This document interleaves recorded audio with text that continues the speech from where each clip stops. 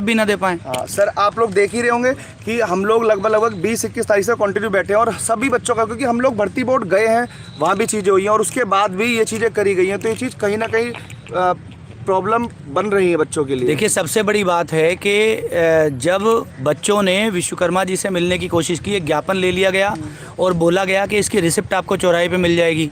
भाई चौराहे पे क्यों मिल जाएगी? आप रिसिप्ट अपने ऑफिस से क्यों नहीं दे रहे हैं कि भाई हमने स्वीकार कर लिया है और हम इस पर कदम उठाएंगे। दूसरी सबसे इम्पोर्टेंट बात है कि बच्चे यहाँ 21 तारीख से बैठे हैं, आप हालत देख रहे हैं बच्चों की।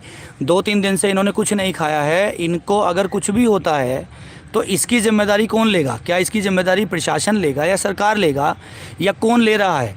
जो बच्चे यहाँ आमरण अनशन पे हैं, क्या किसी सरकार को या मतलब किसी अधिकारी को दिखाई नहीं दे रहा है जो कोई भी पूछने नहीं आ रहा है? यहाँ पे किसी व्यवस्था में कोई एक ऐसा तंत्र विकसित नहीं किया जा रहा है जो सबकी सच्चाई और सबकी ईमानदारी को सामने रखे, या हर कोई बेईमानों को बचाने में लगा हुआ है और बेईमानों को छिपाने में लगा हुआ है। क्योंकि सब जानते हैं कि अगर ये उच्च स्तरीय एसआईटी निष्पक्ष गठित हो गई, जिसमें भर्ती बोर्ड का कोई व्यक्ति, कोई मेंबर, कोई अध्यक्ष शामिल ना हो, तो बहुत ऊंचे ऊंचे नाम इसमें फंसेंगे।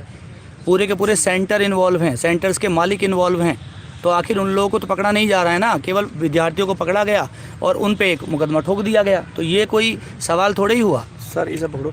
अब सर आप अपने तरीके से राउंड करते रहना और सर बच्चों को बताओ कि ये आ क्यों नहीं रहे हैं यहाँ पे, ऐसी क्या परेशानी है जो ये नहीं आ रहे हैं?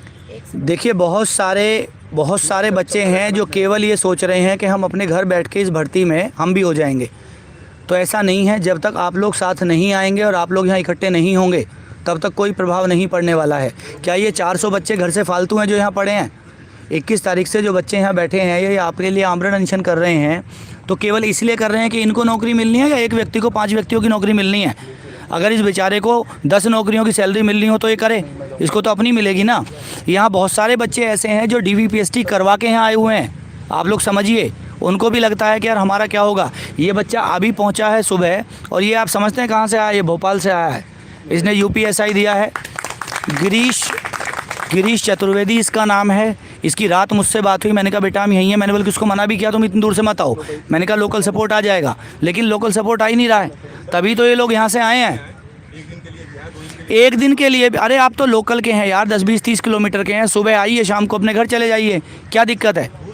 दूर से भी आने वाले जो आमरण अनशन पे बैठे हुए हैं, वो लोग यहाँ 24 घंटे बैठे रहेंगे, लेकिन आप लोग तो सुबह शाम आ सकते हैं। तो एक संख्या में दिखा तो सकते हैं कि आप लोग इस भर्ती की जो निष्पक्ष जाँच है उसे करवाना चाह रहे हैं। लेकिन समस्या तो यही है, कोई सुनने को तैयार नहीं है। और तो और जो विद्यार्थी ने पेपर दिया वो सुनने को तैयार नहीं है। उसे लग रहा है कि मैं इस गर्मी में क्यों जाऊं वहाँ पे। तो समस्याएं बहुत सारी हैं। जब तक आप अपने हक के लिए नहीं लड़ेंगे, जब तक आप अपने हक के लिए बाहर नहीं आएंगे, तब तक कुछ भी समाधान नहीं होगा। और बहुत सारे सवाल हैं, बहुत सारे जवाब हैं, जो शायद कोई प्रतिनिधि हमसे मिलने आए तो हमने बहुत बड़ा एक कच्चा चिट्ठा खोल के रख रखा है। अगर कोई आज सामने आएगा तो हम उससे ऐसे सवाल करेंगे कि शायद उन पर जवाब भी नहीं बन पाएंगे। आप मैम कुछ पूछ रही थी? सर विवेक सर से आप बात करिए, विवेक सर आपको बाकी चीज़ें समझाएंगे। देखिए, अब जो है ये केवल एक भ्रष्टाचार की लड़ाई नहीं है। अब जो ये बन गई है, ये हमारे जमीर और आत्मसम्मान की लड़ाई बन गई है। एक तरफ वो जो पैसा देकर SI में सेलेक्ट हुए, DVPST में सेलेक्ट हुए, चाहे वो 100 है, चाहे 500 है, चाहे 10,000 है। एक तरफ वो जिसने 4 से 5 साल गरीब माँ बाप के वो बच्चे जिन्होंने कुछ ना कुछ संपत्ति बेच के किसी ना किसी तरीके से कर्ज लेकर अपने बच्चों को पढ़ाया, अच्छी शिक्षा दी। एक तरफ वो है, और उस मेहनती की सीट उसके सामने से, और वो छाती ठोक कर बोल कर कि जो तुझ पे उखड़े उखाड़ ले, एक पैसे देने वाले ने छीन ली। तो अब ये तुम्हारे उस आत्मसम्मान की लड़ाई है, जिसके लिए गरीब हमेशा खड़ा होता है कि उससे कुछ भी छिन जाए, उससे उसका जमीर और उसका आत्मसम्मान नहीं छिने। मैं हर एक उस व्यक्ति से, उत्तर प्रदेश के निवासी, भारत के निवासी से, हर एक नागरिक से पूछना चाहूंगा कि क्या कल कहीं किसी चौक चौराहे पर जा रहे हो और कल कोई इन्हीं में से फर्जी तरीके से भर्ती हुआ दरोगा आपको पकड़ के आप अपने परिवार के साथ हैं, आपको बेइज्जत कर देता है, उस दिन याद आएगा कि कोई तुम्हारे लिए 100-200 एक ऐसे लोग थे जो भूखे प्यासे गर्मी में तुम्हारे लिए मर रहे थे, कि ऐसे कमीने लोग चौक चौराहों पर उस पवित्र वर्दी को पहनकर देश के समाज का नाम गंदा ना करें। तब तुम्हें याद आएगी कि काश मैं वहां पर होना चाहिए था। यह भर्ती 2 स्टेज में, शुरुआत से टेंडर से लेकर एग्जाम सेंटर तक, इस भर्ती में हाई लेवल का भ्रष्टाचार हुआ है। ऐसा भ्रष्टाचार उत्तर प्रदेश के इतिहास में आज तक नहीं हुआ होगा। और इतनी ज्यादा चुप्पी उत्तर प्रदेश के इतिहास में आज तक नहीं हुई होगी। 2017 का वो समय था, केवल एक जगह ऑनलाइन लीक हुआ था, केवल एक जगह एक फोटो आया था।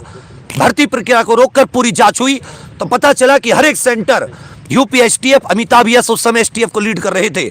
अभी किसी गूगल पे डाल के आपको 10 अखबारों की कटिंग मिल जाएगी कि किस तरीके से संगठित रूप से इसे संगठित गिरोह, हर एक, अगर आप कोई पुलिस वाले होंगे तो उनसे पूछिएगा कि जो संगठित गिरोह होते हैं उनकी हिस्ट्री शीट बनती है पूरी। इन्होंने पूरे संगठित तरीके से लेकर टेंडर से और भर्ती के एग्जाम सेंटर तक, एग्जाम डेट तक, उसके बाद रिजल्ट और डीबीपीएसटी, उसके बाद नॉर्मलाइजेशन, हर एक चरण में जबरदस्त लेवल का भ्रष्टाचार हुआ है। हम तुम्हारी सीट खाने नहीं बैठे, हम तुम्हें तुम्हारी ईमानदारी की, मेहनत की सीट दिलाने बैठे हैं। शर्म की बात इतनी है कि हम लोगों को बैठना पड़ रहा है जिसके ऊपर, जिसका कोई कहीं तक मतलब नहीं बनता। किसके लिए? कि तुम्हें मेहनत करना सिखाया था, उसके लिए। तुम लोग आस पड़ोस के भी हजारों लोग होंगे जो इससे पीड़ित होंगे, लेकिन तुम में से कोई अपने हक की आवाज उठा रहा। हमें खुशी रहेगी, हमें गर्व रहेगा कि हमने जो पढ़ा किताबों में बचपन से, उन संवैधानिक अधिकारों की जाकर हमने मांग की। हमें गर्व रहेगा कि हमने जो भगत सिंह, सुखदेव, आजाद जी, इनकी कहानियों को पढ़ के सीखा, बाबा साहब के संघर्ष को देखकर जो हमने सीखा, महात्मा गांधी जी के संघर्ष को देखकर जो सीखा, उससे अपने जीवन में जिया। मरेंगे तो आत्मा आराम से आंखें मिलाकर बात कर पाएगी, ना कि उन भेड़ियों की तरह जो चोरी से करके उस पवित्र वर्दी को धारण करना चाहते हैं। एक बार फिर से याद दिला दें, एक भी भर्ती नहीं होगा जिसने भी चोरी की है, यही मर जाएंगे। लेकिन याद रखिएगा, तुम में से एक को भर्ती नहीं होने देंगे। चाहे तुम मेरे कार्यालय पर धरना दे दो, चाहे तुम जेल तो जाओगे अलग से। अगर तुमने किसी प्रकार से फिजिकल कुछ भी करने की कोशिश की, तुम में दम है, तुम भी जाओ, कहो जाके खुलेआम कि हमने चोरी की, हमें जाने दो, हमें भर्ती हो जाने दो। और ये दम नहीं है कहने का, तो हक नहीं है तुम्हारा चोरी से सीट लेने का।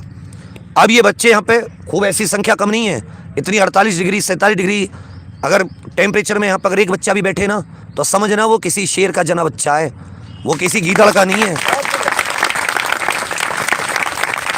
आज शाम 5 बजे, आज 17 मई शाम 5 बजे हम एक लाइव कर रहे हैं, उसमें बहुत तगड़े सबूत हैं शुरुआत से लेकर। वो सारे सबूत में पीडीएफ बना के आप लोगों को दे दिए जाएंगे, सब उस पर एक बार चर्चा कर लीजिएगा। लगे कि भ्रष्टाचार है तो कल सुबह यहाँ पे आ जाइएगा, नहीं तो कल हम लोग उठ जाएंगे। जब आप अपने लिए नहीं लड़ सकते तो तुम्हारे लिए हम भी नहीं लड़ सकते। ये फिर से बता रहा हूँ, बेवकूफ़ नहीं है जो यहाँ पे कुछ सबूत के आधार पे यहाँ पे खड़े होंगे।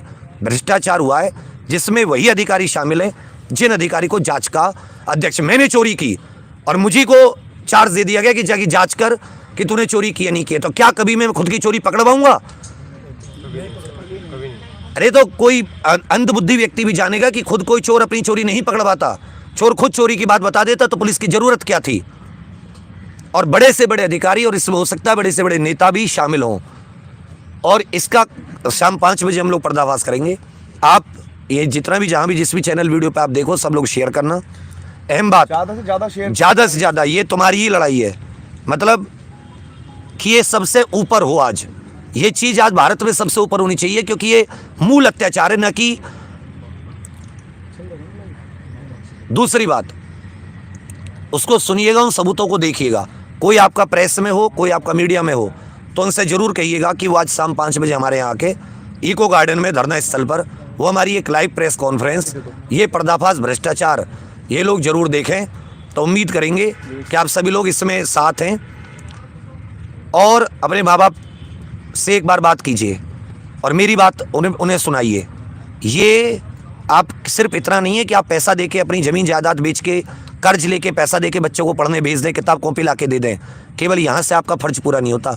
अन्याय हुआ है साफ साफ, ईमानदारी का दम भरने वाली सरकार में क्या हो, घोर अन्याय। इतना अन्याय कि रात को 12 बजे 10 महिलाएं, 50 लड़कों को उठा के बाहर फेंक दिया जाता है। आतंकवादी नहीं थे, यहाँ शांति से, इतनी शांति से तो आज तक इसी को गार्डन में कोई धरना नहीं हुआ होगा।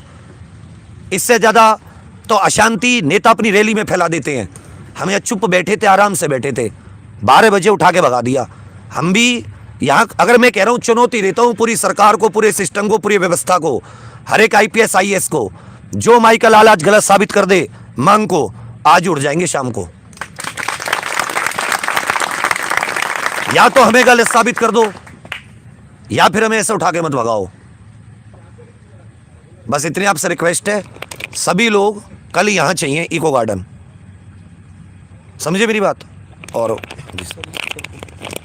आज शाम को 5 बजे हम आपसे अनुरोध करते हैं कि आप सब लोग मैक्सिमम संख्या में लाइव हों। जो भी लोग जिस भी छोटे से छोटे माध्यम से बड़े माध्यम से हमारी आवाज़ को आगे पहुंचा सकता है, जो भी लोग हमारी बात को आगे पहुंचा सकते हैं वो ज़रूर पहुंचाएं। शाम को 5 बजे हमसे ज़रूर जुड़ें, मैक्सिमम संख्या में लाइव हों। और जो भी मीडिया कर्मी हमारे दोस्त हमारी बात सुन रहे हों वो शाम को हमारी इस लाइव प्रेस कॉन्फ्रेंस में ज़रूर आएँ। हमारे पास आज हम वो साक्ष्य देने वाले हैं जिन साक्ष्यों को सरकार भी सुनेगी, पूरी व्यवस्था सुनेगी और सब लोग सुनेंगे। हम बेवकूफ़ नहीं हैं, हम पढ़े लिखे लोग हैं, पढ़े लिखे ग्रेजुएट यहाँ इस भर्ती के लिए लड़ने आए हैं। तो सब लोग जानते हैं कि इस भर्ती में बड़े लेवल पे भ्रष्टाचार हुआ है, तभी हम लोग यहाँ बैठे हैं। कोई इन बच्चों के हाथ में कोई छोटे मोटे सबूत नहीं है। हम उन सबूतों की बात नहीं कर रहे हैं जो सबूत केवल पुलिस ने 4-5 बच्चे पकड़ लिए DVPST में और पकड़ के उनको सामने रख दिया और उसकी हम बात कर रहे हैं। हम उनकी बात नहीं कर रहे हैं, हम बात कर रहे हैं उन सभी की जो हमारे पास सबूत हैं और शुरू से लेके आखिर तक इस भर्ती में कितनी अनियमितताएं बरती गई हैं, किस लेवल पे भ्रष्टाचार हुआ है शुरू से, इसके जो नॉर्म्स थे, इसके जो रूल्स थे, उनकी किस बेकदरी से अनदेखी हुई है, कितने बड़े लेवल पे उनको नज़रअंदाज किया गया है और उसके बाद इस भर्ती बोर्ड की तरफ से उस कंपनी को टेंडर दिया गया है। और वो कंपनी जिसने एग्ज़ाम करवाया है वो इंडिया में कितने पेपर करवा चुकी है, कहाँ कहाँ बैन हो चुकी है और कहाँ कहाँ उसकी मेरिट आप समझिए 100% जा चुकी है। आज तक इतिहास में कहीं ऐसा हुआ होगा कि 100% पे मेरिट लगी होगी। इस RPF में भी यही कंपनी, RPF में इन्होंने 120 पे मेरिट लगवा दी। मैंने कहा ना जब ये खुलेगा ना पिटारा तो इसमें बहुत, वो कहते हैं ना जब आग लगेगी जमाने में तो सिर्फ मेरा मकान नहीं चलेगा, वो पूरे को ही लेके बैठेगी, वो पूरे तंत्र को ही खराब करेगी। तो आप ये देखिएगा, आज शाम को 5 बजे ज़रूर लाइव रहिएगा। 5 बजे हम लोग इस सब का खुलासा करेंगे। और आज शाम को 5 बजे आप सबसे अनुरोध है जो जहां जितना शेयर कर सकता है, जितनी बातें हमारी आगे तक पहुंचा सकता है वो ज़रूर पहुंचाए। बाकी हमारे मित्र और